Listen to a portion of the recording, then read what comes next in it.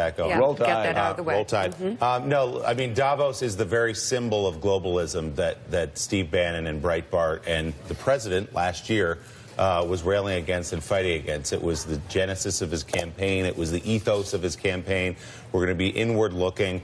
So obviously a trip to Davos runs against everything he stood for. But that's more symbolic, I think, than what he said yesterday in that open meeting, which was an hour and a half, 45 minutes of which were broadcast on national television. As someone in the press, I'll take it. I like that transparency. It was like C-SPAN with a presidential meeting. More. But what he said was what he thought some people in the room wanted to hear, which is what he does.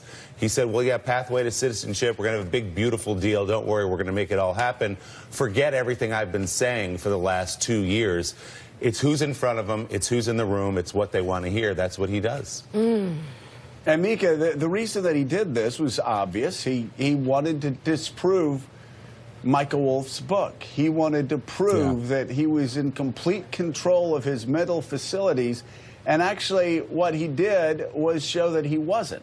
He couldn't keep up with where he was. He would amble over and say what Democrats wanted to hear. Yes, I'm with you. I'm with you, and we should do this out of love. And then Kevin McCarthy would, sort of figuratively grab him by the shoulder and say, he'd go, Grandpa, come on over here. Let's come on, come on, Paul, sit down here. Don't hurt yourself. This is what you really believe. And then Paw would say, okay, this is what I really believe. But Grandpa kept kind of wandering back and forth.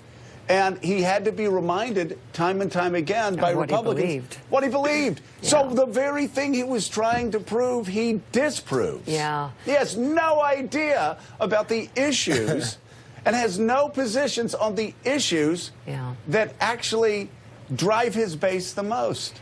And they let him do that.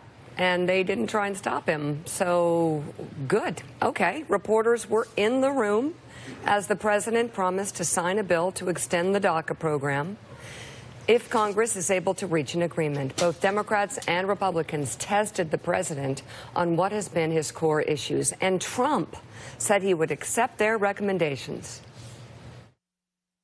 What about a clean DACA bill now? I have no problem. I think that's basically what Dick is saying. We're going to come out with DACA. We're going to do DACA, and then we can start immediately on the phase 2, which would be comprehensive. Would you be agreeable to that? Yeah, I would like to. But I think we have to do DACA first. Mr. President, you need to be clear, though. I think what Senator Feinstein's asking here, when we talk about just DACA, we don't want to be back here 2 years later. You have to have security, as the Secretary would tell you. But I think that's what she's saying. I think she's saying something different. What do you think I'm saying? I'm thinking you're saying DACA without security.